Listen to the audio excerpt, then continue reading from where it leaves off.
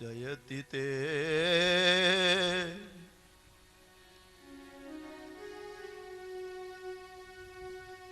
जयति तेऽधिकं जन्मना व्रज श्रियत इन्दिरा शश्वदत्र हि दयितदृश्यताम् दिक्षुतावका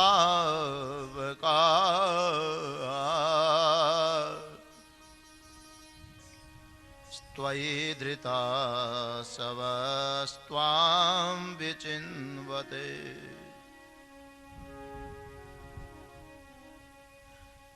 प्यारे कृष्ण,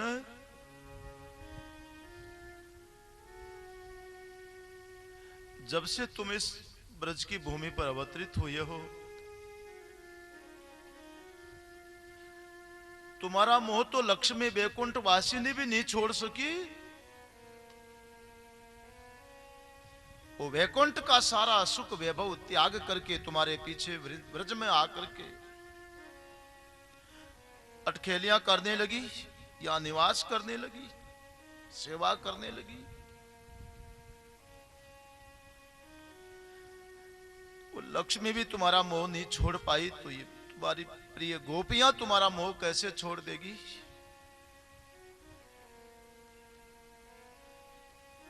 न खलु गोपिका नंदनो भवा नखिल देहिना मंतरात्मदृक् विखन सार्थितो विश्वगुप्तये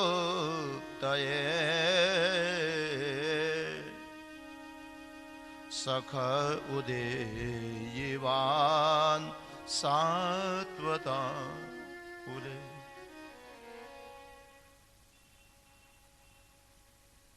हे नटनागर, हम तो तुम्हें अच्छी तरह से जानते हैं। आप केवल यशोदा नंदन नहीं हो, ब्रह्मा जी महाराज के प्रार्थना करने पर इस धरती का बोझ उतारने के लिए आप वैकुंठ छोड़ करके धराधाम पर अवतरित हुए हो नाथ। इस यदुवंश में आकर के प्रकट हुए हो। हे कृष्ण, मधुरया गिरा वल्गुवा के या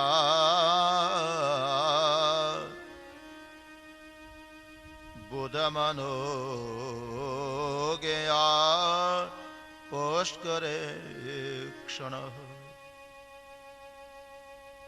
विधि करीरिमा वीरमुह्यते रदरसी धुना प्यायाय स्वनः।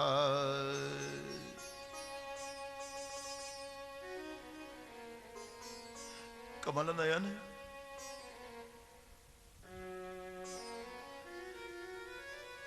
देखो ना तुम्हारी वाणी कितनी मधुर है। तुम्हारी वाणी का एक एक पद, एक एक शब्द,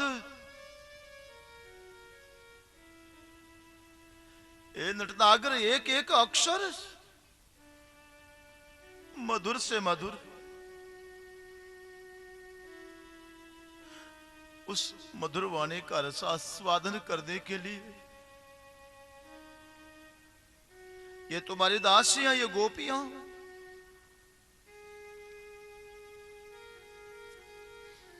बड़ी मोहित है नटनागर। हे प्यारे दानवीर, इन गोपियों को वो अमृत रस पिला करके आनंदित कर दे।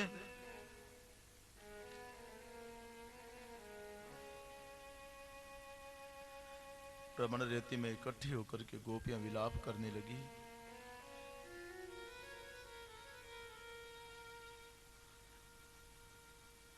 बिलखती हुई गोपियों को देख सुन करके भगवान कृष्ण अचानक उनके सामने ही प्रकट हो गए।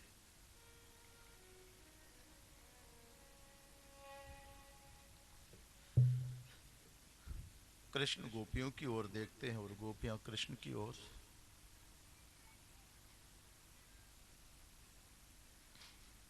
एक गोपी ने प्रश्न किया,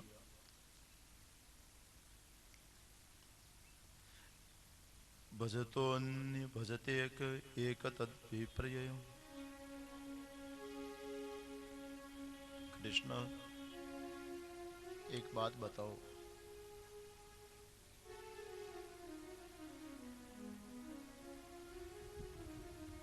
कुछ ऐसे लोग होते हैं प्यारे, जो प्रेम करने वालों से ही प्रेम करते हैं। कुछ लोग प्रेम नहीं करने वाले से भी प्रेम करते हैं। कोई कोई तो दोनों से भी प्रेम नहीं करते हैं। बताओगे तुम्हें अच्छा क्या लगता है?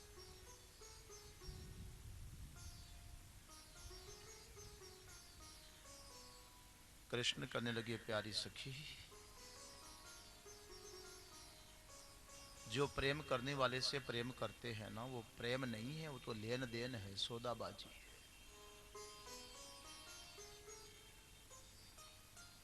और कुछ ऐसे लोग होते हैं जो प्रेम नहीं करने वाले से भी प्रेम करते हैं। जैसे माता पिता, संतान प्रेम करें या न करें, परंतु माता पिता तो संतान से प्रेम करेंगे। और जो किसी से भी प्रेम नहीं करते सखी, वो चार तरह के लोग होते हैं। एक तो वो जो आत्मा राम है, अपने स्वरूप में ही मस्त रहते हैं। दूसरे वो जो आप्त काम है, जिनको कोई इच्छा ही नहीं है किसी को पाने की। तीसरे वो जो अकृतज्ञ हैं, कृतज्ञ लोग हैं, जानबूझ करके भी किसी का ऋण स्वीकार न करें, किसी का एहसान न माने। चौथे वो लोग हैं सखी, जो गुरुद्रोही होते हैं, वो प्रेम नहीं करते। एक गोपी कहने लगी, कान्हा, ये सब भाषण सुनने के लिए प्रश्न नहीं किया, हमें तो ये बताओ तुम्हारी गिनती किनमें से, तुम किनमें से? ना हम तो सख्यो भजतो भी जंतु। प्रिय सखी, अगर तुम मेरी बात पूछती हो, तो मैं तो प्रेम करने वालों से भी ऐसा प्रेम नहीं करता हूं जैसा करना चाहिए।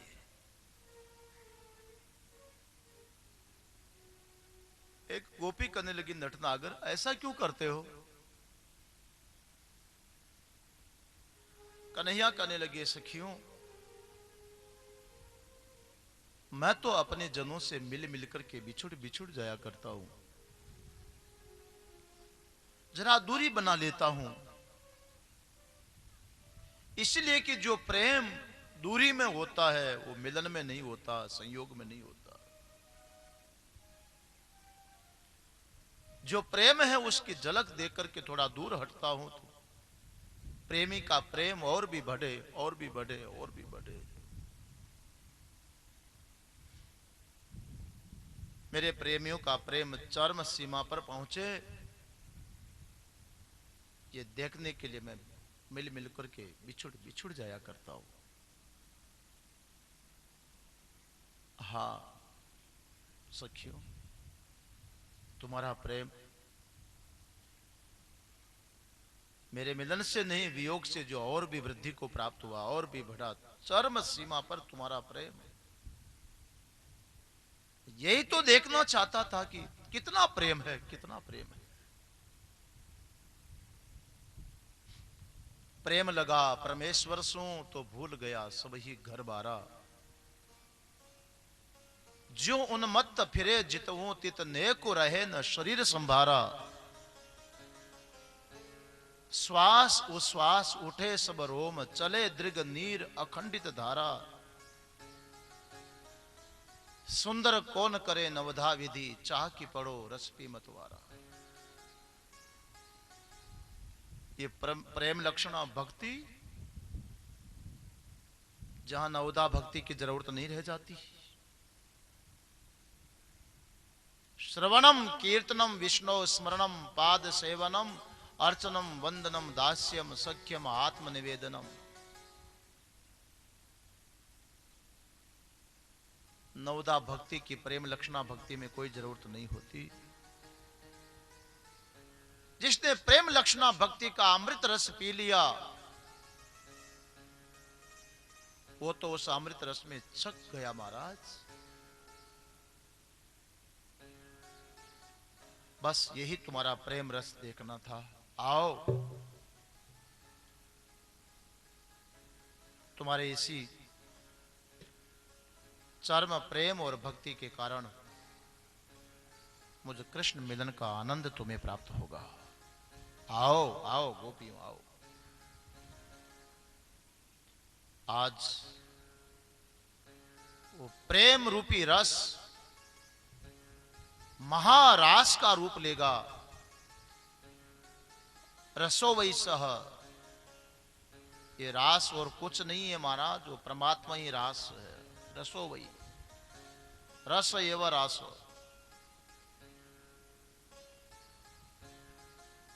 रसम ही लब्ध्वा आनंदी भवती। व्यक्ति को जब रस प्राप्त होता है तो आनंद आता है, आनंद आता है। वही आनंद रूपी रस भगवान श्री कृष्ण अपनी प्यारी सखियों को, गोपियों को पिला रहे हैं। महारास की तैयारी हुई। आहा, देखो कन्हैया को देखो महाराज। एक गोपी फिर कृष्ण, फिर गोपी फिर कृष्ण, फिर गोपी फिर कृष्ण, फिर गोपी फिर कृष्ण। जितनी गोपियां उतने हमारे नटनागर कृष्ण बन गए। हर गोपी के साथ में एक एक कृष्ण। महारास का महानृत्य शुरू हुआ। और जब कृष्ण उनके साथ नृत्य करने लगे, गोपियां तो अपने आप को कृष्णमयी बना लेती है। महाराज के दो ही सिद्धांत है, या तो जितने नर्तन करने वाली गोपी है उसके साथ नर्तक कृष्ण हो, या एक ही कृष्ण इतने तीव्र गति से नृत्य करता है, हर नर्तन करने वाली गोपी ये समझे कि ये कन्हैया सिर्फ मेरे साथ है, सिर्फ मेरे साथ।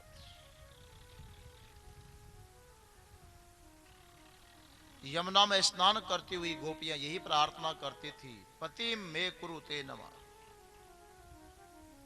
हे कात्यायनी, हे महामाया, मुझे पति के रूप में कृष्ण मिले, ऐसा आशीर्वाद चाहिए। हर गोपी आज अनुभव कर रही है कि हमारा पालनहार परमेश्वर भगवान कृष्ण हमारा पति है। लीला बड़ी विलक्षण है सज्जनों। यहां पर यही तो समझना, भागवत तो वेदांत दर्शन है। मैंने पहले ही आपको शुरू में बताया था, जो पहले से सुन रहे हैं। एक ही कृष्ण अनेक रूप होकर के मालूम पड़ रहे हैं। निराकार ही साकार बनकर के मालूम पड़ रहे हैं। उसका एक उदाहरण आप समझ लीजिए, महारास आपको समझ में आ जाएगा। कभी आप लोगों ने लोहे को वेल्डिंग करते हुए देखा होगा। जब वेल्डिंग करते हैं तो वहां पर आग फूट करके चिंगारियां निकलती है। वो जो वेल्डिंग करते समय दिखाई पड़ने वाली आग की चिंगारियां है, वो आग पहले कहां थी? थी कि नहीं? नहीं थी तो कहां से आ गई? नहीं थी तो थी, निराकार रूप में थी। लेकिन जब राड और लोहा टकराए आपस में तो निराकार अग्नि साकार हो गई। ये बताओ कि वो अग्नि जो निराकार रूप में थी, एक थी कि अनेक थी? एक ही अग्नि थी। लेकिन जब चिंगारियों के रूप में दिख रही है तो कितनी दिखती है पता है? वो निराकार अग्नि साकार रूप में आकर के एक ही अग्नि अनेक चिंगारियों के रूप में दिखाई पड़ती है। अब और देखो आप, जो चिंगारी आप देखते हो वहां पर आग ही आग है या कुछ और भी है?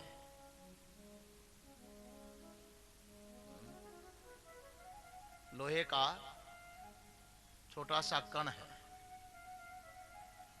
मगर लोहे का कण दिख रहा है तो आग दिख रही है, चिंगारी अग्नि दिख रही है। कैसी दिख रही है? वो लोहे का कण जैसा है वैसी दिख रही है। कोई बड़ा कण होगा तो चिंगारी बड़ी दिखेगी, छोटा होगा तो छोटी दिखेगी। कोई नजदीक गिरेगा तो नजदीक गिरती हुई दिखेगी, दूर गिरा दूर गिरती हुई दिखेगी। वो अनेक रूप आग का है कि उन लोहे के कणों का है?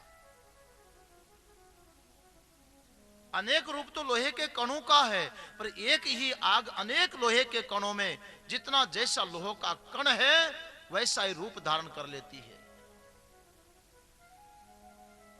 अग्नि एक ही है। सज्जनों, ठीक इसी प्रकार से भक्त के हृदय में उठने वाली जो वृत्तियां है, विचार, संकल्प, चिंतन, वो लोहे के कण की तरह है। परंतु हर विचार को आप देखते हो, आपको पता चलता है कि नहीं क्या सोच रहे हो इस समय? बताने की जरूरत नहीं है, मगर देख लो अंदर से आपको पता लग रहा है कि नहीं कि मेरे मन में यह विचार चल रहा है। आप सुन रहे हो ये विचार चल रहा है, आप समझ रहे हो ये विचार चल रहा है, आप देख रहे हो ये विचार चल रहा है। 2 बजे तक सुनोगे ये विचार चल रहा है, 4 बजे समापन होगा ये विचार चल रहा है। पता नहीं कितने विचार चल रहे हैं आपके अंदर। ये जितने भी विचार हैं लोहे के कण की तरह है, परंतु प्रत्येक आपके विचार का आपको जो ज्ञान हो रहा है कि इस समय मेरे मन में यह विचार उठा और इस समय मन में यह विचार उठा, उस विचार का जो ये ज्ञान है, ये ज्ञान भगवान श्री कृष्ण है। ध्यान देना। इसलिए मैं कहता हूं कि भगवान थे मत बोलो, आपके हर ज्ञान के प्रकाशक के रूप में पता चल रहा है कि मैं ये सोच रहा हूं, मैं सुन रहा हूं, मैं समझ रहा हूं। वो एक ही कृष्ण अनेक वर्तियों में देखने वाला बन गया, सुनने वाला बन गया, बोलने वाला बन गया, समझाने वाला बन गया, समझने वाला बन गया, जानने वाला बन गया। ये जितनी हमारी भीतर की वृत्तियां गोपियां हैं, भगवान कृष्ण उतने ही कृष्ण बन करके और अपना नृत्य कर रहे हैं। जैसे एक ही आग अनेक चिंगारियों पर बैठ करके और अपनी अलग अलग लीला कर रही है। कोई आग यहां गिर गई तो कोई वहां जाकर के गिरी। यही भगवान श्री कृष्ण का महाराज चल रहा है। प्रत्येक व्यक्ति को जो ज्ञान हो रहा है, बस ज्ञान के रूप में भगवान सबके भीतर में विद्यमान है, विराजमान है। इसी लीला को यहां पर दिखाया गया। अरे एक ब्रजवासी बालक की करामात की धूम मची हुई है। पता नहीं कैसी कैसी विलक्षण लीला करता और तुम्हारे कितने दैत्यों को ठिकाने पहुंचा दिया। पूतना को जिसने मारा, तृणावर्त को ठिकाने लगाया, बकासुर को चीर के फेंकने वाला, अगासुर का पेट फाड़ने वाला, ब्रज की गोपियों को आनंदित करने वाला समाचार सुना है। बस वही है तुम्हारा काल कृष्ण। कंस जी, तुम्हारे साथ बहुत बड़ा धोखा हुआ। ये तुम्हारी बहन का ही बालक है। रातों रात कारागृह से निकल करके गोकुल में पहुंचा दिया गया है। कैसे कैसे हुआ?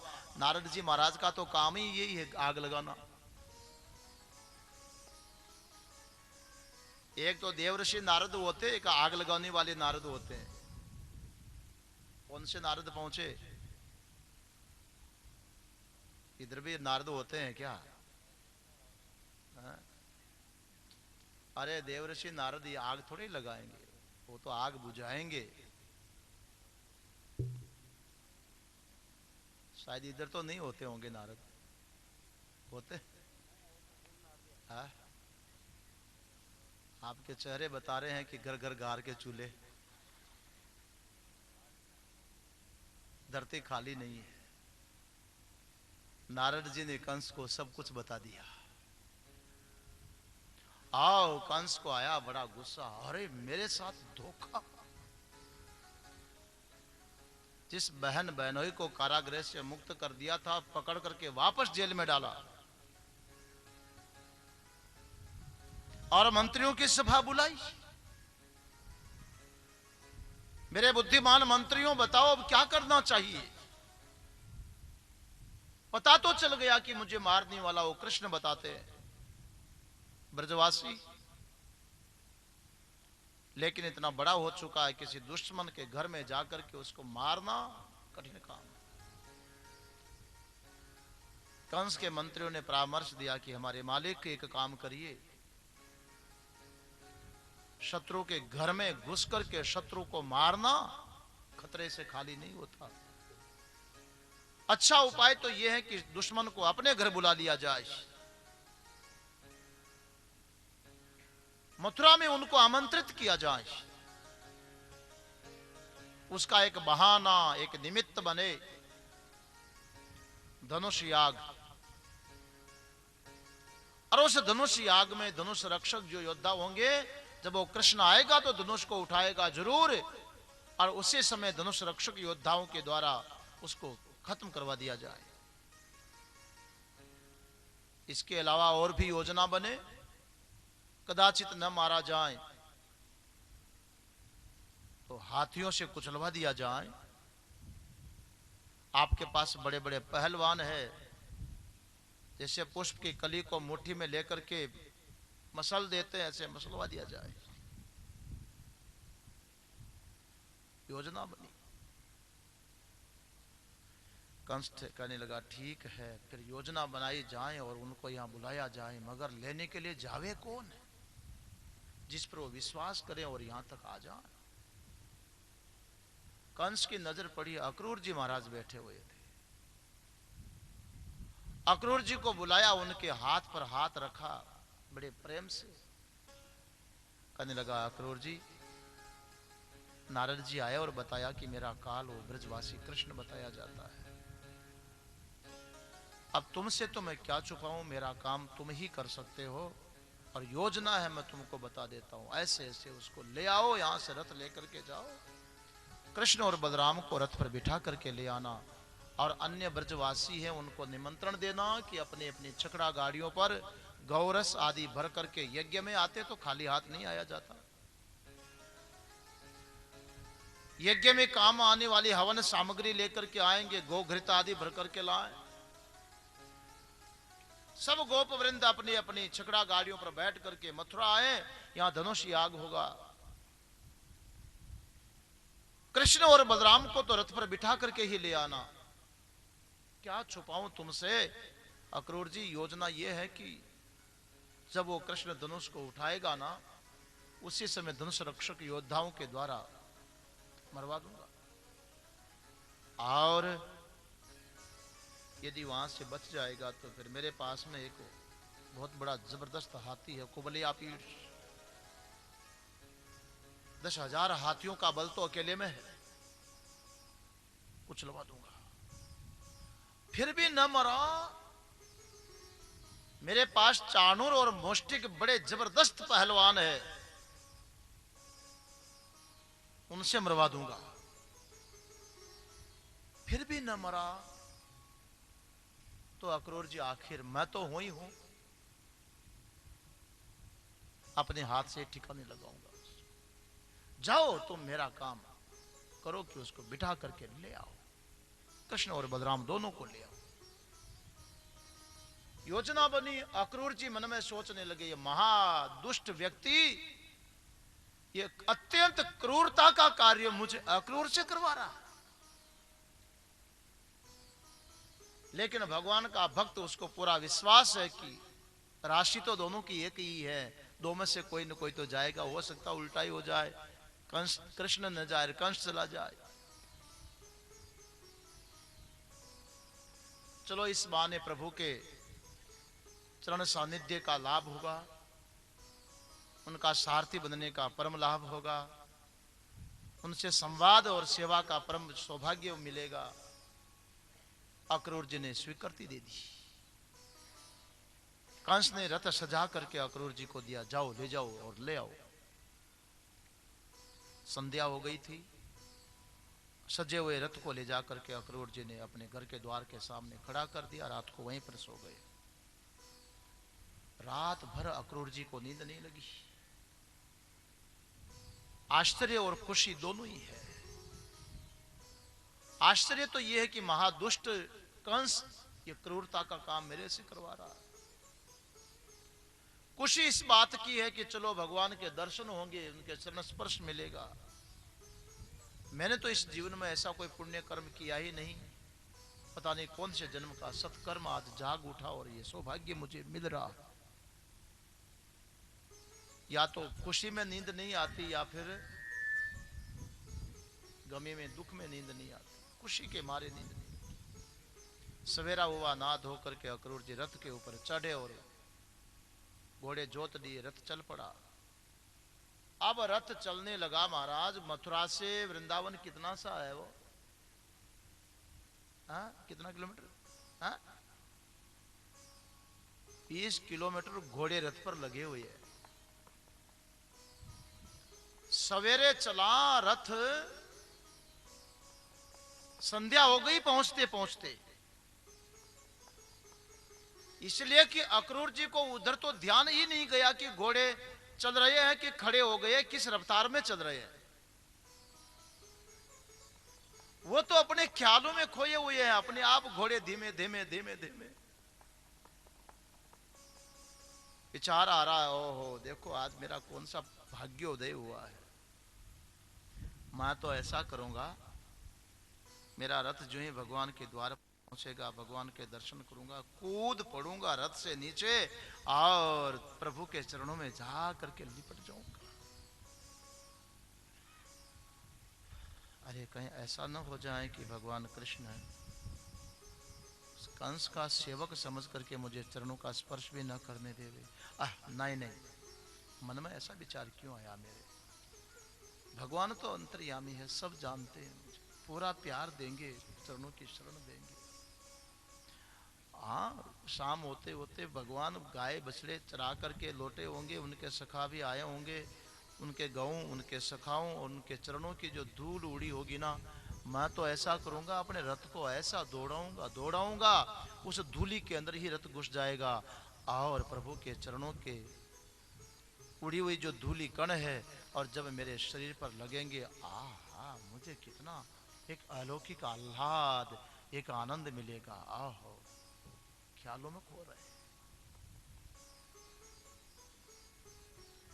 विचार करते जा रहे हैं और रथ चलते जा रहे हैं। चलते चलते चलते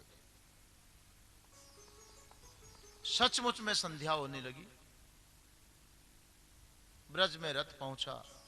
भगवान कृष्ण बलराम जी गौ चरा करके लौट चुके हैं। गौ के पैरों की उड़ती हुई धूल दिखाई पड़ी, गोधूली।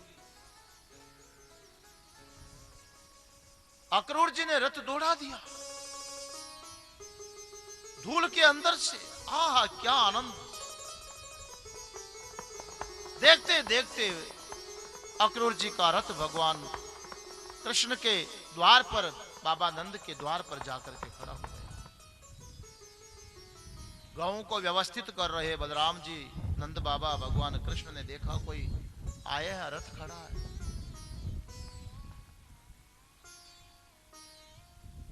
आ गया, आने दो बेचारे को। द्वार पर रथ खड़ा है। भगवान कृष्ण आगे बढ़े, देखो कौन आए। भगवान कृष्ण को देखते ही अक्रूर जी तो रथ से नीचे कूद पड़े, दौड़ करके प्रभु के चरणों में लिपट गए। बड़े प्यार से भगवान कृष्ण ने भुजा पकड़ करके अक्रूर जी को खड़ा किया।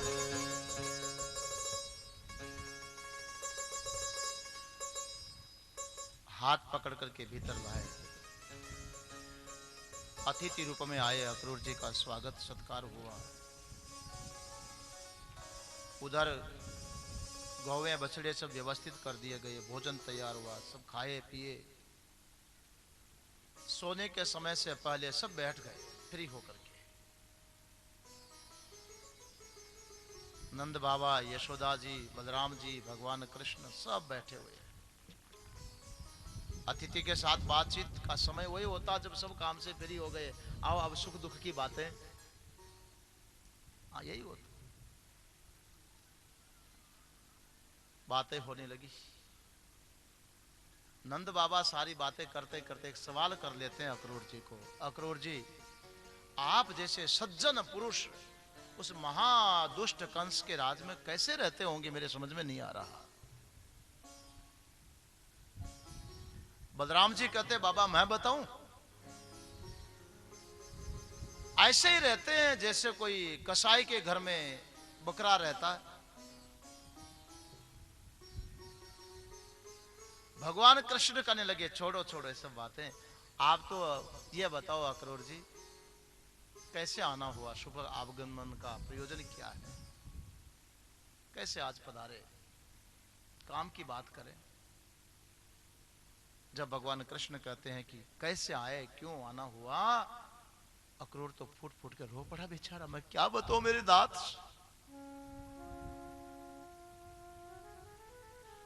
आपको मारने की तैयारी है। भगवान मुस्कुराए और कहे, मुझे मारने की तैयारी? हाँ प्रभु, कंस ने ऐसी ऐसी योजना बनाई और आपको लेने के लिए मुझे भेजा। भगवान कृष्ण तो हंसने लगे। अच्छा कोई बात नहीं, आप क्यों दुखी हो रहे हैं, मरेंगे तो मामा श्री के हाथ से ही तो मरेंगे, इसमें क्या है, चलेंगे जरूर चलेंगे, मामा जी बुलाते हैं तो। प्रभु कहा कि सभी गोप वृंद भी आए, अपने अपने छकड़ा गाड़ियों पे बैठ करके आए, घोरस आदि लेकर के आए, यज्ञ दर्शन में आए, और आप दोनों बलराम जी और आप तो मेरे रथ पर चढ़ करके चले प्रभु। भगवान कहते हैं ठीक है जरूर चलेंगे। घर घर में सूचना दे दी गई कि प्रातः काल तो मथुरा यज्ञ दर्शन में जाना है। रातों रात तैयारियां होने लगी। सगड़ा गाड़ियों को धो धुपा करके साफ सुथरी किया गया, गौरस के बर्तन भर लिए गए और पूरी तैयारियां प्रातः काल होते मथुरा जाएंगे। ब्रज गोपियों को जब ये पता चला, घर घर में तैयारियां देख करके, रात भर उनको भी नींद नहीं लगी। गोपों को तो नींद इसलिए नहीं लगी कि तैयारी में, गोपियों को नींद इसलिए नहीं लगी, चिंता थी कि ये कृष्ण बड़ा हटीला है और चला गया मथुरा से वापस आएगा कि नहीं आएगा, कहीं वहां नेह लगा बैठा तो। कन्हैया के बिना कैसे रहेंगे हम। रात भर नींद न लगी। प्रातः काल हुआ, भगवान कृष्ण और बलराम जी नहा धो करके तैयार हो गए। अक्रूर जी को कहते हैं चलो हम तैयार हैं।